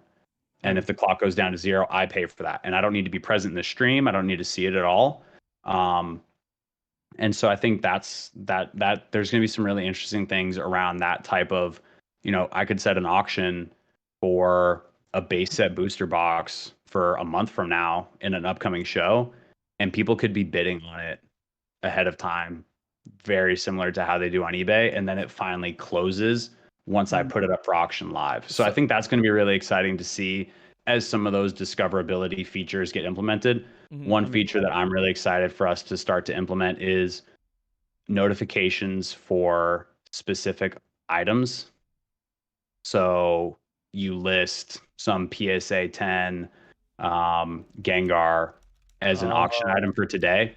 Just like I bookmarked your show to get a notification when you went live, I'm going to be able to bookmark that item. And I can be browsing through Instagram and I can get a notification that says like Yizzy Pokemon just started this PSA 10 Gengar item. I'm like, oh shit, it's finally time. I'm in there. That's actually really cool. That's one that I think I'm really excited about. And then you touched on more broadly the NFTs and expanding into that collectible category. I'm really excited and I'm actively working on several projects that our intent and goal is to first and foremost like bridge the gaps between collectors of like physical cards and things that I can touch and look at and feel with those more like digital collectors. And so I think it's going to be a really exciting opportunity that WhatNot is very, very uniquely positioned to be able to do on that education front. Right. I mean, how do I learn how to sell an NFT or buy an NFT? I got to watch probably like 3 dozen YouTube videos on it, open up 5 different wallets across different sites. The live video element of WhatNot is going to allow sellers to explain and tell the story behind these things in a way that no other platform will be able to. So I'm really, really excited about that. Yeah, I mean, so if anybody that asks, we just send them your way. That's all I'm saying. I think, I mean, obviously after this podcast, I'm definitely gonna shoot you questions on how to list a lot of my collection on the actual listing aspect, because I see so much I see so much benefit. You should have it on there at least, Shiv. That'd be a good idea. No, well, the reason why I want to do it is you can always reject an offer or not accept an offer. Exactly, and the reason why I want to do this specifically is because PokeRev has benefited so much for having the biggest, box collection. It's one of the most expensive collections on eBay. If you search Pokemon expensive, it's right there. It helps him. It's part of his brand, right? So I would love to just list it, and then I don't even have to have a blue check mark. People can just tap on my name and be like, oh, this guy has this kind of stuff on him. I wouldn't trust you at all, Shiv. Bro, I've been selling before you start selling. Shiv, you're too sus. I'm gonna give him like a red check mark. Dude, that'd be awesome. Give me a red check mark. That'd be awesome. In the chat for Shiv being sus. If you want to consign your cards, Tap Lab. I know that there are several sellers that do that. One of which is going twice. Find them on social media, potentially Yizzy Pokemon. I don't know. Yeah, I'll consign. Shoot. There we go. I do consignments. Slide into Yizzy's DMs. Slide into Yizzy's DMs. Yo, Andy, you know me. I already do consignments. You already know what I charge in terms of percentages. Yeah, Oh my. sign into Shiv's DMs. He never sells on WhatNot though. Oh. Hey, at some point, hey, one day, whatnot will start getting so big to where they'll actually like start signing out like exclusive contract deals. It's like, hey, you can only sell at our platform. You cannot sell at like this Oh, like a other. subscription base? Oh Not even a gosh. subscription base, like actual contracts. Because like think about it this way: like if competition is actually coming, who knows what that could mean for certain sellers? We don't know. Yeah, I mean, you can Uh, look at platforms like Mixer, Twitch, the streamer platform that's wars a couple Exactly. years ago. Yeah, I don't I know. came from that industry. That's an unsteady Um, ship right I there. think one thing that Yizzy also touched on, which is something that like, I'm not sharing anything early because it's not on a product roadmap, but it's something that I'm personally like excited about is more passive ways to support sellers without even having to purchase an item, right? Oh, So being able That to have subs like other platforms do and to be able to show more actively that I am a supporter. We all know who the people are that support each individual seller the most. But I think there's a lot of power in the community there element of is. WhatNot to be able to allow those people to self-identify as supporters or members of the sub communities within WhatNot. So I think that's like a great way again, like to support sellers. There will be ways that will provide value to those people, just like on Twitch. I get exclusive emotes, I get exclusive access to things. Mhm. To This is the example that I use, and we'll kind of leave it on this like fun idea of just this is purely from my brain and not something that you can hold me to from a well, when's it going to actually be in the app? But um, I'd love to have sub only auctions. hmm. And in order to participate in this particular auction, you need to be one of my subscribers. Kind of like a And Patreon if you type want to thing. join, That's cool. if you want to join the army, if you want to join the Craig Army, like tap the star, subscribe. We do fun giveaways every month, yeah. exclusive auctions, XYZ. Oh, You get access to emotes, you get a badge next to your name, like all those types of things. they're not But going. this banger right here, you can only bid on if you're one of the subs. They're not going for eBay's throats. They're going for Twitches. They're going for everyone's actually. No, I'll second that. Just to like second that, I was doing breaks before Whatnot because Whatnot like simplified everything, like it's with the labels and reaching out to people and payments. But beforehand, I would have a box break. I would sell out of like a whole case, and literally, I would have someone donate $90 and not even join the box break, or like $50, and like they bought one pack and then they would donate, and I'm like just buy packs, like, and they're like, no, I really honestly want to support the stream. This is like my Friday night, and I'm We like, did this. We did this in LA. We brought the MetaZoo artists into the building. We did the box break. Packs were going for very, very high prices. We listed 50, just like $20 support the artist, buy it now items. And they all got bought up. Wow. And we put in the description like we'll send you like a thank you note or yeah, something. Like that's a big question that people want to support uh people within this community. And then yeah, yes, Amash, the being able to stream natively from desktop is on the roadmap. It's not the priority. oh, But being able to have like an Android app and an iOS app is very important to us. And like I said, sort of building this foundational update will allow us to then dedicate engineering resources into other areas. But I mean, you do have this screen share functionality, which is pseudo desktop streaming. And yeah, like Yizzy's shows, I shoot for high production quality on mine through mhm, using OBS, multiple camera mhm, setups, etc. So native desktop streaming is coming, but again, as you look at the bigger picture of things, the number of users that impacts is uh-huh, very, very small. yeah, And the amount of potential revenue that it can generate for you by being able to stream via OBS is not as high compared to making it seamless for somebody to load into your show. I So guess we're what I'm thinking is ruthlessly just for prioritizing sellers things that though. will have the biggest impact for buyers and sellers to make their experience better. And then we'll Mhm, do all these other things that yeah, seem obvious. It's like, why wouldn't we just yeah, do it right now? It's like yeah, to Tap Lab's point, I think like, I mean, I'll reference like the number of employees like in our like fundraising article, but it's uh-huh, probably like 50, 60.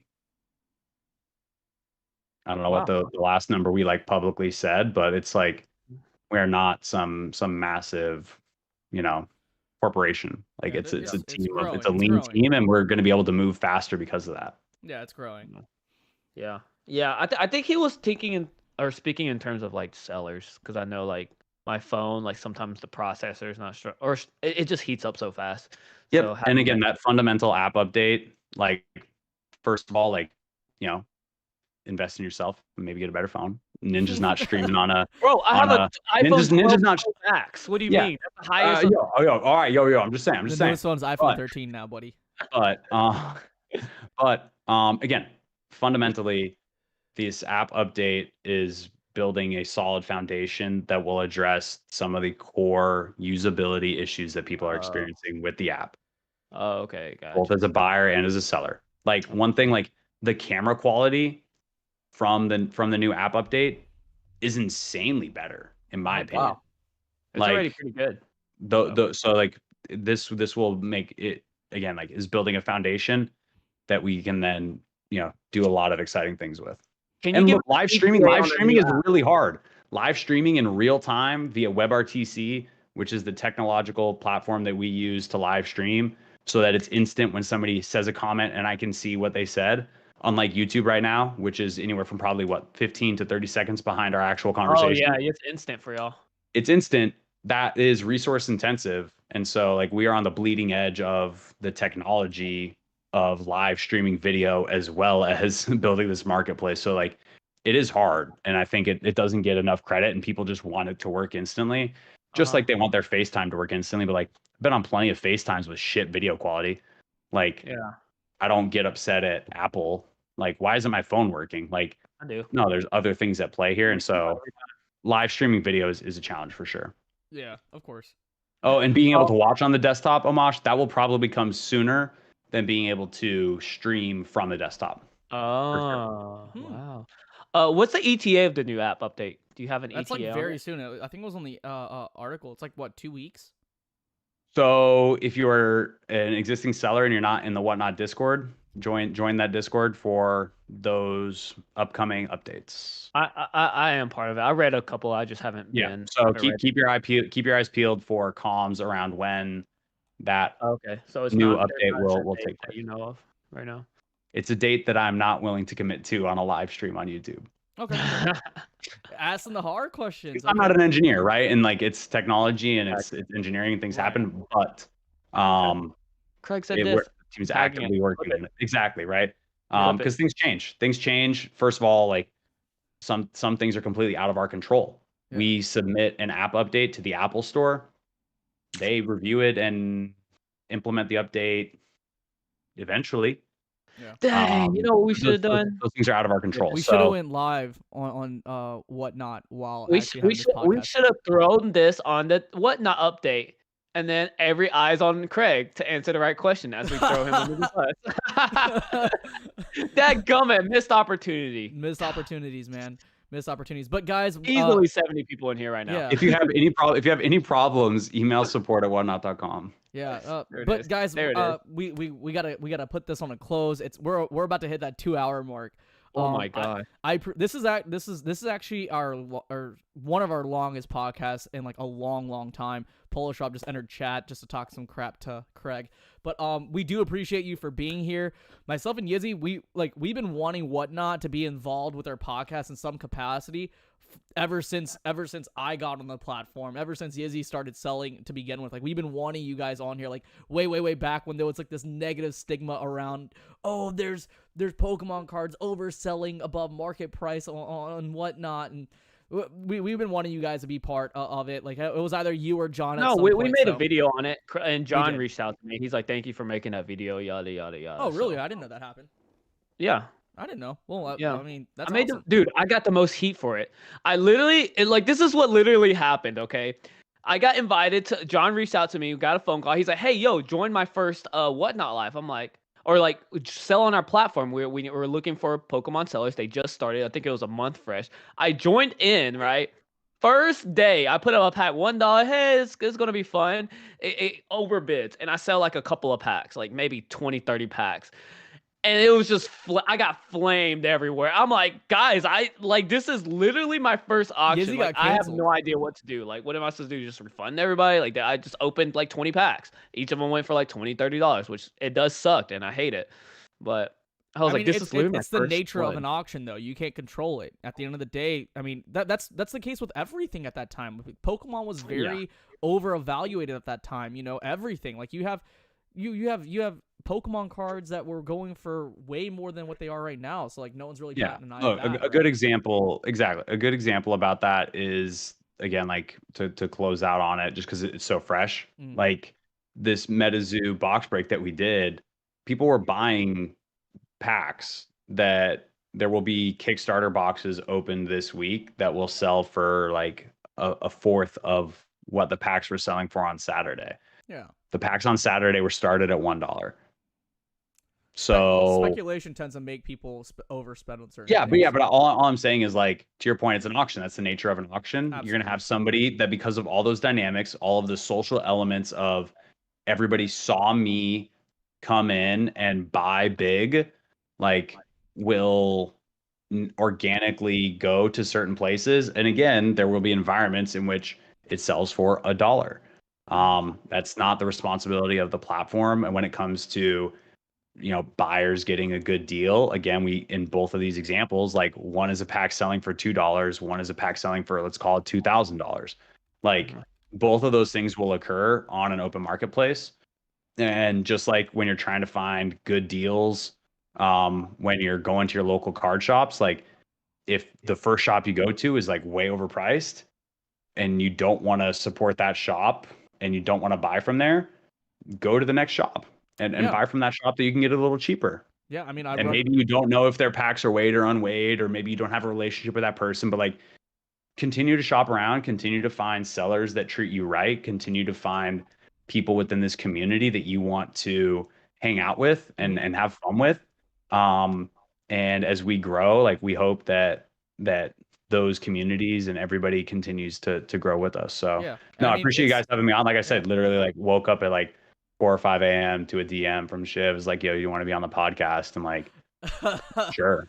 Like, I'm all about it, right? Like, I think it's important at times too to like really put a face to it and answer some of these questions for people. Absolutely. And I'm not afraid of any smoke. Like, I'm a grown man. I can tell you no, I can tell you yes, I can tell you things that you may not want to hear, but like, I'm also not afraid of these like questions that are a little bit like uncomfortable to answer around any of these types of things. Like, so not anytime, because it is, you caught me at a good time. October's going to be crazy. We have just announced officially NYCC WhatNot Mania, 4,200 square foot compound, full regulation sized wrestling ring, 4 days of insanity. Followed immediately by Collecticon Houston, featuring the WhatNot box break stage. You'll see. Followed immediately by Legend Expo in Richmond, Virginia. And you'll be in my home state. Let's go. So Poke Miami, people can sell across different categories on the app once they get approved to go live. Yes. So and Polish Rob loves Pringles. That's great. So October's gonna be super busy. So you guys caught me at a great time. The next couple of weeks are in like planning phase, and then it's gonna be grind time. And you know, just appreciate you guys and you as people and you as sellers on WhatNot, and you are positive additions to our community. So I really appreciate it. Thank you so much. And just to kind of conclude, in Houston at Collecticon, myself and Yizzy will be having a recorded podcast on stage as well. After having discussions with, we are. We are. I mean, this is from Matthew. So we'll be there for just a little bit. We'll have a quick podcast episode on there that's recorded. Super cool. We'll have Craig on board again this time. We'll have him sit around with us because we had a I'm gonna be busy. I'm gonna be running around like a crazy person in Houston. I mean, so you're probably not gonna catch me then. Maybe in the evenings when we're having a good time. Greg, 15 minutes. Come on. 5 minutes, man. Yo, just wait until we come out with our plans for the box break stage. Like, it's we're trying to put together a heavy hitter lineup for you guys. We did some decent damage with our 2 tables at Collecticon in Dallas. This is a pretty big upgrade. So I'm really excited. Upgrade from the Skyrim box? Yeah. Dude, it's WhatNot. Oh, okay. All right, guys. All right. Well, anyways, let's close out, baby. Yeah, let's close out. So, Craig, you don't know how we close out over here, but the way we do it is that all of us do this at the same time. So we sips up, then we hit deuces, and then we're out. So we're gonna do that on 3. Yeah.